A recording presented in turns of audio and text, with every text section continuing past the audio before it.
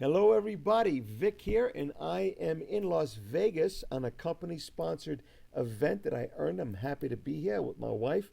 You know, it was so funny. I was in the lobby and I bumped into someone, and someone said, "Hey, you're Vic. I recognize you from all of your videos." And he was telling me, he says, "You know, Vic, a lot of your um, training is based on internet and affiliate marketing," but he was telling me that he was in traditional offline network marketing, and he knows my story that I started with that. And if I could give him some pointers, I said, "You know what? My wife's here. She's just about to come out the store.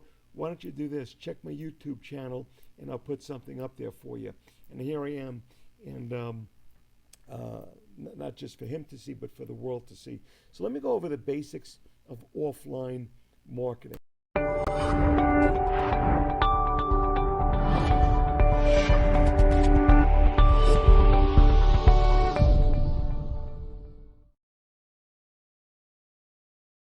There's certain basics that you need to follow. Number one, for yourself, you want to create your list. And the list is the list of people that you're going to present your plan to. And the first list that we talk about is your primary list or your prime list. And that's your friends and family. And that's where everyone sits down. This is people that you grew up with. And really, the way I would put it is, have you been to their house? Have they been to your house? If so, then they're on your primary or your A list. Then comes your secondary list. And this is your list of acquaintances, people that you've done or you're doing business with, who cut your hair, who's at the checkout counter at the grocery store that you go shopping, who rented you your apartment, who got you your mortgage, who got you your insurance for your home, who did you used to work with. That's one of my favorite lists as far as ex-coworkers. And then, obviously, you want to be very careful of current coworkers because you don't want to jeopardize the job that you have right now. And then what I call the forever list, and this is the rest of the world. And this is where that expression, "the world is your oyster," comes into play, because anybody literally that you meet, what we call a cold contact, can be, like what we also say is a friend you just haven't met yet, and that's where you go ahead and you break the ice with someone. And, I'm from New York, and what we talk about is that we like to put things in sort of like a very succinct format. And what we talk about is form: family, occupation, recreation, and then the message, FORM. And basically, when you meet someone for the first time, what you basically need is an icebreaker. So if I'm at, let's say, if I'm at a card store and I'm at the happy birthday wife section, and I just happen to be browsing around, I see someone else standing next to me, I know he's obviously shopping for a card for his wife, and I might just say an icebreaker, like not even making eye contact, but saying, "Man, you know what? These cards are crazy. Either the picture on the outside is great, but the saying on the inside is corny, or the saying is fantastic, but the picture is corny." And then the guy, if I get a reaction, the guy says something, then I'll make some eye contact, do a little chit chat, and at that point, you could do family, occupation, recreation, message. Being from New York, I just kind of shorten it. I knock out the F, I knock out the R, and I do straight for occupation and then the message. So he might have just said, "Yeah, I know what you're talking about, this and that." Then I said, "Hey, you know what? You look a little familiar. What do you do for a living?" He might tell me he's an accountant, a computer worker, whatever. I say, "Hey, you know what? I work with a lot of people in your profession. I've got a business that we're expanding." This is the message now. "I've got a business that we're expanding. Do you keep your options open to other opportunities?" And at that point, it's either a yes or a no, and then we'll exchange numbers. Now, once you build up your list of your primary, your secondary, and your forever list, and you start working on that, what we need to do at this point is that we need to call them to set an appointment. And I always try to tell everyone on my team, especially the new folks coming on, I said, "Listen, the phone is not a vacuum. The phone is a filter. The phone is not meant to suck everybody in. The phone is simply to check interest." Now, I just find it so funny that so many people come into this business and they tell me, Vic, I don't like to sell. I don't want to sell. I don't want to convince anybody of anything. And then the first thing that they do when they call their first buddy on the phone while I'm sitting with them is try to convince their friend to do the business and try to convince them what a great business that we're in.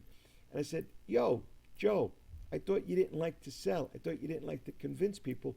All you've been doing for the last 20 minutes is trying to convince your friend on the phone to get in. Joe, failure starts at 60 seconds.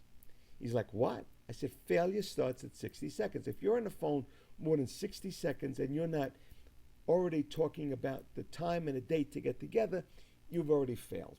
In other words, what we want to do is want to pique the curiosity at the point where they're curious to see what you got. Once you reach the peak of curiosity, it's all downhill after that, and now you're going to start building on skepticism. So you want to get to the point of curiosity, and then, bam, book the appointment. I don't know if you heard that. I tried to snap my fingers. But anyway, so what you want to do is remember, the phone is a filter, not a vacuum. So basically, hey, Joe, this is John. You're my first cousin. How are you? Blah, blah, blah. Listen, I just got involved with some internet-based company, offline marketing company, whatever it is. We're looking for a few people. I'm not here to talk to you about it over the phone, but I know you typically keep your eyes open. Are you open to opportunity right now? And it's either a yes or no answer. And, or if it's that forever list, that person that you just contacted at, your local a restaurant or card store or wherever it is that you go contact and says, hey, Joe, this is Vic. We just met the other day at the card store. Oh, yeah, I remember you. You talked about that business. Exactly. Well, Joe, guess what? We've got an opening. I can't make you any promises over the phone, but if you still have your options open, I'd be willing to sit down with you 15 or 20 minutes. At that point, Joe's going to start asking me questions, and I might say something kind of like, depending on my relationship with him, I says, Joe, I found that the phone is a great place to make an appointment, but a lousy place to talk business. I will tell you this. We are looking. We've got a long track history, a high, credit rating on the Dun & Bradstreet. And again, I'm not making you any promises on the phone. Are you keeping your options open? At that point, if I've set my posture right, Joe knows this. If I ask Vic another question, I might annoy him. So let me just book the appointment. Or if he's very skeptical, he might continue to badger me. And at that point, I'm going to say, Joe, listen, it doesn't sound like you're looking at this point. Why don't we do this? You've got my number. If anything changes, call me in the future. Or I can give you a call 6 months down the road. What would you rather do? Now, that's if he's really skeptical. I'll use that. But if he's the type where he doesn't want to annoy me and then ask me any more questions and say, okay, sure, what do you got? I says, great. Why don't we do this? I know you live in this particular area here. I've got Tuesday or Thursday free after 7 o'clock. What's best for you? And I typically say that because I know Joe works full time. He probably gets home about 5:36. By the time he finishes dinner, a typical appointment might go at 7:38. Okay? At that point, Joe, listen, I'm going to sit down with you 15 minutes. If it's for you, great. If it's not, that's okay too. And that's basically the whole script. Now, at that point, I want to go over and I want to present the overview of my business, because basically my business is kind of shown at a professional hotel meeting or my upline's home, where he'll have several people that are invited from people that we've interviewed during the week. So I'd like to invite him to a larger group. So as a result of that, I just want to give a small overview of the business. I don't want this new prospect to believe that I'm it, that I'm the entire business. I'm there to give him an overview. If he likes it, then I'm going to book him into the next meeting. There's basically 6 steps to my overview. Number 1, I'm going to set him at ease. So let's just say this is with my cold contact at the card store. First thing I want to do is I want to arrive on time at the home. Or optionally, if I did set it at his place of business, which I don't like, but if he's got his own office, I'll do it. If he works in retail, I'm not going to do it at his store. I've tried it. It doesn't work. Okay? If he works in food business, I'm not going to do it at his restaurant because it doesn't work. Okay, basically, he'll be on the uh, he'll have the upper hand, because if he's at his place of business where he's got to handle business and customers, he'll be, Vic, hang on, let me just handle this. Vic, hang on, let me just handle this. Before I know it, 40 minutes passed, and he knows that, man, this guy's really want to talk to me because I keep putting him on hold and he's still here.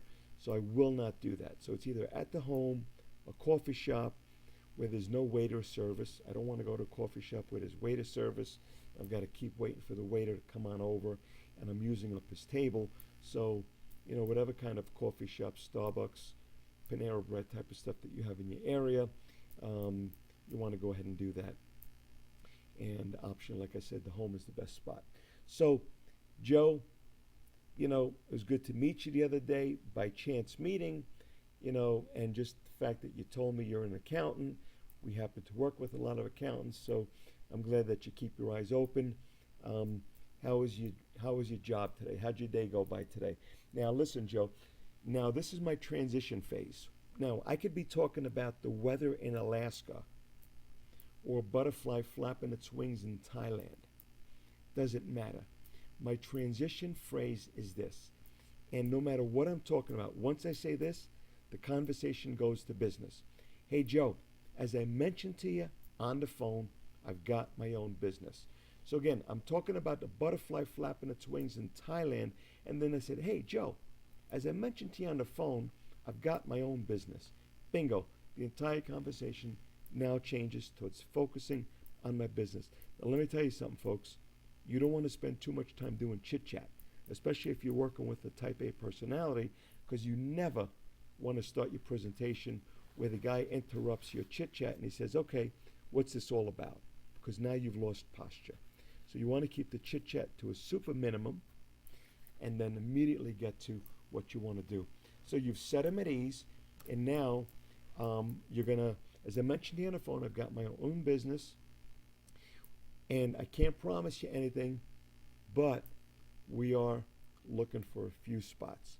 Now, you don't want to be doing all the talking, so what you want to do is you want to ask them a couple of questions. And one of my favorite questions is, hey, Joe, why'd you agree to sit with me today? Now, I got to tell you, the first few times I had to do this, I felt very uncomfortable. Like, man, I'm not this guy's boss. I'm not some big ogre. But it's a very powerful question, because now Joe is going to sell you on him.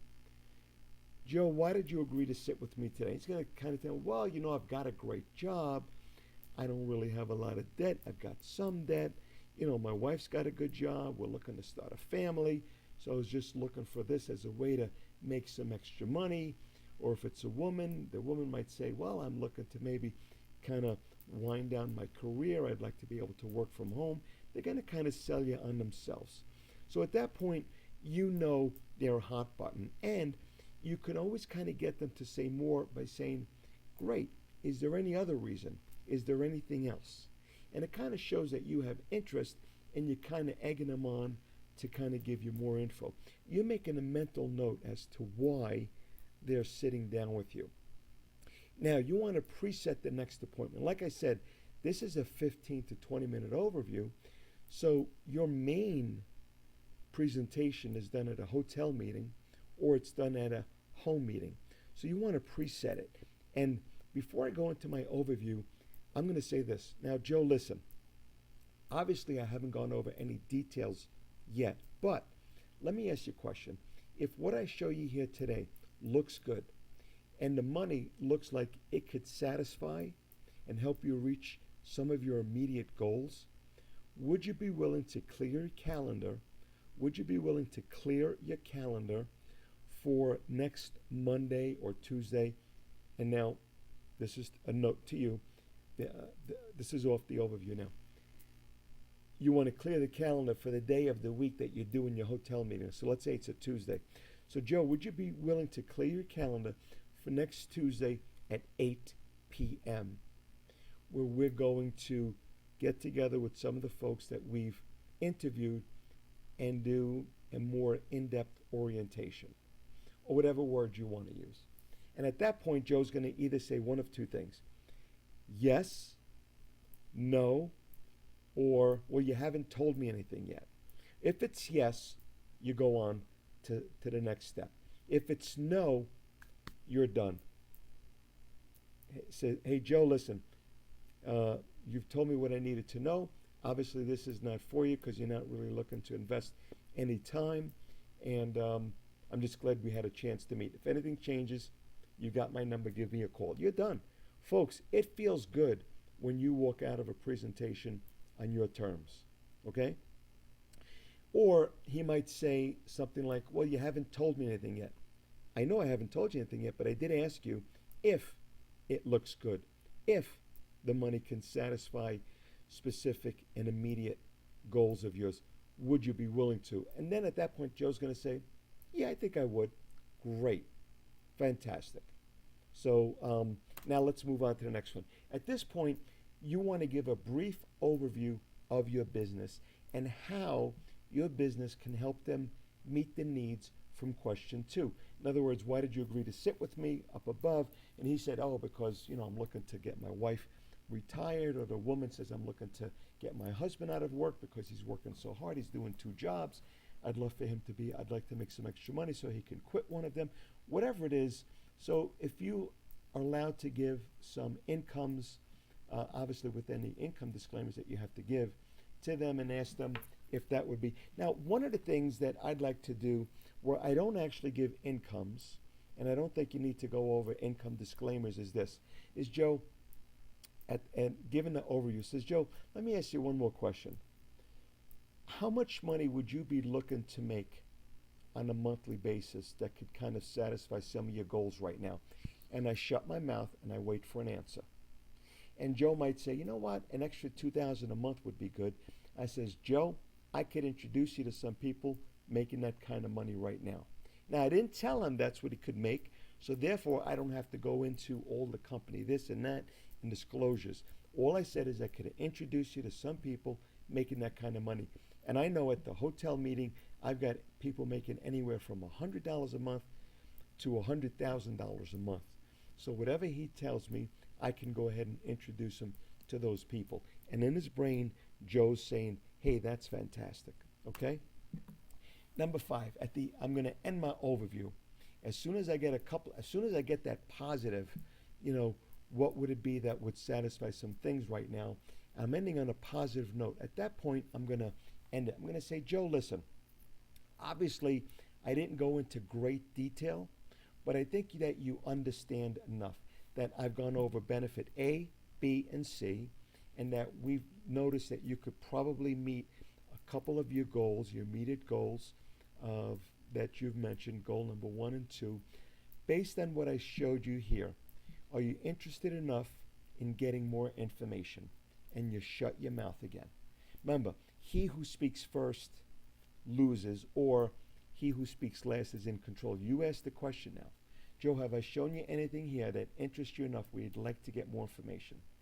And Joe's going to say, well, you didn't really tell me this. You didn't really tell me this. I really don't know anything, and this and that. So at this point, you may want to reiterate to him what you just showed him. Joe, you do realize we're doing business in all 50 states, correct? Yes. You realize that we're in multiple countries, right? You realize that we're totally honest and legal, right? You realize that I could introduce you to people making the kind of money that you are looking to make on a monthly basis, correct? I think what you're asking me right now is exactly what will your day consist of once you get started with us. See, at this point, I'm leading the witness.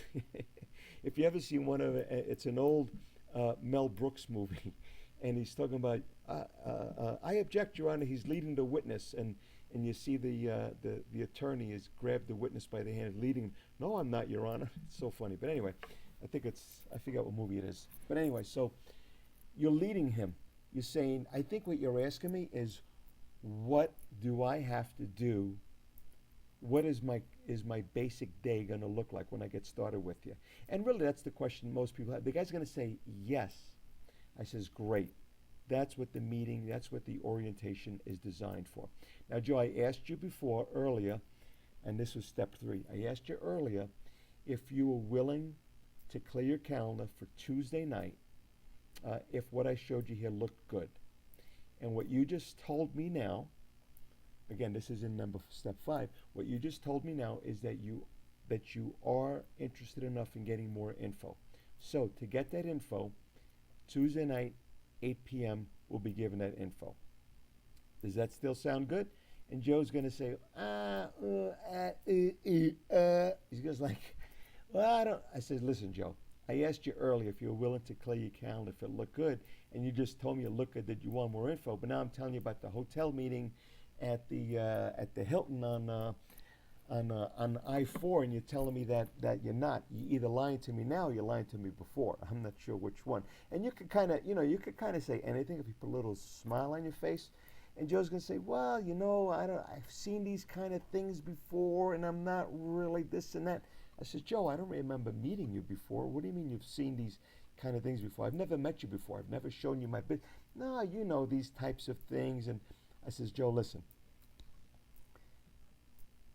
I'm a professional. I'm very good at what I do. And I'm not really sure what you've seen. And you know what? If you were to ask a college dropout what he feels about college, he's not going to give you the same impression about college as what your medical doctor is going to tell you. So you're either going to listen to a dropout on your decision. So if you've got kids and you want them to decide, you want them to go to college, you're not going to tell them to go ask the dropout what he felt about college, as opposed to you're going to probably want to send him to the medical doctor because he's going to have only positive things and positive results to show. So I'm not sure who you spoke to or what you've seen, but you haven't seen my business until you've seen it from me. So, Joe, I can't promise you anything, but if you're interested, this is your next step. What's it going to be? And you shut your cake hole and you wait for an answer. And he's either going to say yes or no. If he says, well, as soon as you hear the it says, listen, Joe, it was great meeting you. Now, at that point, you could turn him into a customer, or you could just put him off. Hey, Joe, listen, here's my number. If anything changes, give me a call. As a matter of fact, if you like, I work out of a calendar. If you like, I can put in my calendar, call you 6 months down the road. Listen, folks, I'm not going anywhere. I've been doing this business for multiple years. 6 months to me is a blip on the radar. I have no problems with. I had one guy that I called, and every time he was on the phone, and I never got to book the overview because he kept and I say, listen, John, why don't we do this? Let me put you off 6 months. Put in my calendar. Well, anyway, the 4th time, so he did this to me 3 times. The 4th time I called him. Now get this. This is 2 years now. The 4th time, I says, listen, John. He said, why don't you call me in 6 months? He got my pattern. I says, John, this is the last call you're getting from me, because this is 2 years now. It's the last call. You know what he said? All right, Vic, come on over. I'd like to see what you got. I went on over. He ended up, loving this business and creating over 10,000 in volume per month for me, and him making good money, me making good money, and being in business for a number of years and being great friends together. So you never know what's going to happen. Don't be afraid to put someone off. You walk out feeling good, and you know that, and your brain knows that, man, if I'm willing to walk out on somebody, when I'm going to go sit down with somebody, it's no big deal, because I'm willing to get up and walk out because I don't need you in my business, because there's always the next person. Remember, the world is your oyster. So I've spoken too much on that point anyway. So at that point, I like to teach on, what could happen, but a lot of times let's teach on the winning play. The guy says, yes, I'm interested. Great. Here we are. Now what you want to do is you want to spend the next 5-10 minutes giving the exactly where it is, how to get there, make sure he gets there on his own, where to meet you. And I like to give someone a clear understanding. I say, listen, when you get to the Hilton, there's free parking. You park in the lot, and what you're going to do is you're going to follow signs for ABC Company. And matter of fact, you can ask for me. I'm one of the coordinators. And whether you are or not, folks, if you're at the meeting helping out, you're a coordinator. And I hope that you are going to your hotel meeting and you are helping out, or you are going to the your upline's home, doing the home meeting, and you are helping out. Because to become a leader, you must first start as a server. So I'll be at the meeting, I'll be helping out. You know what? Everyone there at the meeting then gets to know me, even before I'm making any kind of money, because I'm helping out so much. When I introduce my new guy to anybody at that meeting, they know me as a great helper there and being there every week early and staying late. They can say, oh yeah, Vic, man, Vic is awesome. He's incredible. You know what? That built my business to the six-figure earner that I became in a short period of time. So I highly recommend doing that. So anyway, so you spend your time giving Joe a small picture of what to expect. There's free parking. You're walking through the front entrance. They'll be on the kiosk. It'll say, ABC Company. You look for me. If you don't see me immediately, ask me by name. I'll have a free reserved guest ticket there for you. We'll sit you down. We'll go for about an hour. After that, what we'll do is we'll give you some literature, send you on your way. And at that point, it's either yay or nay at your point. We'll meet back here again at your house, and I'll answer all the questions you have. Okay? And then you're done. So now you get to the group meeting, Tuesday night. You introduce them to one or two people, okay? Not to too many people. And this is powerful, folks. If you have an opportunity, introduce them to the presenter for that evening, because that shows a lot of information. Now, if you're a brand new guy, you want to go up to the presenter and say, hey, let's say the presenter's name is Tom. Hey, Tom, Vic, and I'll give him my name. Now, by the time I've met Tom 10 times, I might still be a newbie, not making any money. But as soon as I go up to Tom, Tom's going to say, hey, Vic, he's going to know me. So I'll go up to Tom. Hey, Tom, Vic here. I'm looking forward to hearing you tonight. Matter of fact, I've got a new guy with me. His name is Joe. He's an accountant, and he's here because he's interested in being able to earn enough money so that he can quit his second job, get his wife out of work, or whatever it is that he told you. Now, two things are going to happen. Number one, you told the speaker on how to speak to your prospect, number one. Number two, your prospect is saying, man, Vic really cares about me. He remembers why I want to do this business. And you just reaffirmed it. So Tom, the speaker, will give him just a couple of pointers. He'll sit down. Now he'll be more tentative. At the end of the meeting, you ask the guy, you don't ask the guy, so what'd you think? You want to tell the guy, didn't it look good? It looked great, right? Better than what you thought, right? And the guy's going to say, yeah, look fantastic. Remember, because everyone went to school and they were taught to critique a book. Read this book and critique it. Watch this play and critique it. Read this report and critique it. So if you ask the guy what you think, he's going to think that in order to sound smart, he's got to critique you. Well, the speaker wasn't really professional, and the math numbers didn't really. So as opposed to that, Joe, man, this looked good, right? And the guy's going to say, he wants to be in agreement. Yeah, look good, fantastic. Listen, Joe, it's 9:30.